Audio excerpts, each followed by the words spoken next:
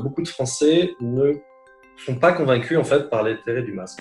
Le gouvernement français ayant peu de stocks de masques disponibles les a réservés en priorité, et c'est logique, pour les personnels soignants, donc les professionnels de la santé, en particulier dans le monde hospitalier, dans le monde de l'hôpital, et a plutôt passé un message aux Français qui était que en l'état, à ce stade de l'épidémie, ce n'était pas une mesure qui serait utile, ce qu'on appelle en population. Ça a été une erreur un peu stratégique qui a été faite au départ. Le gouvernement français le paye un petit peu aujourd'hui parce que du coup, la conséquence, c'est que de très nombreux Français, pas une majorité en proportion, mais un pourcentage non négligeable, qu'on estime entre 10 et 20% des Français, sont assez sceptiques et assez critiques vis-à-vis du masque.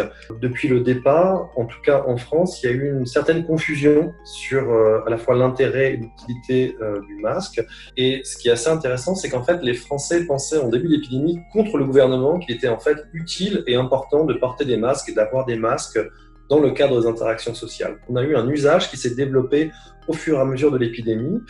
Et à partir du mois de juin, comme l'épidémie a un peu reculé en France, la mortalité a baissé, le nombre de personnes hospitalisées a baissé, le nombre de décès a baissé.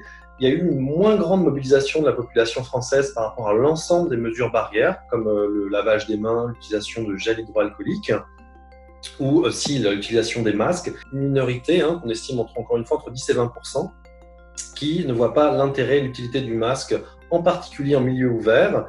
Et ils ne sont pas complètement déraisonnables en fait en pensant cela, parce qu'il est vrai que de très nombreux experts pensent que l'utilisation du masque en milieu ouvert, donc dans la nature, dans les parcs, les forêts, etc., est probablement peu utile ou inutile. Je pense que ça a trait à une variable fondamentale qui est la confiance dans les institutions.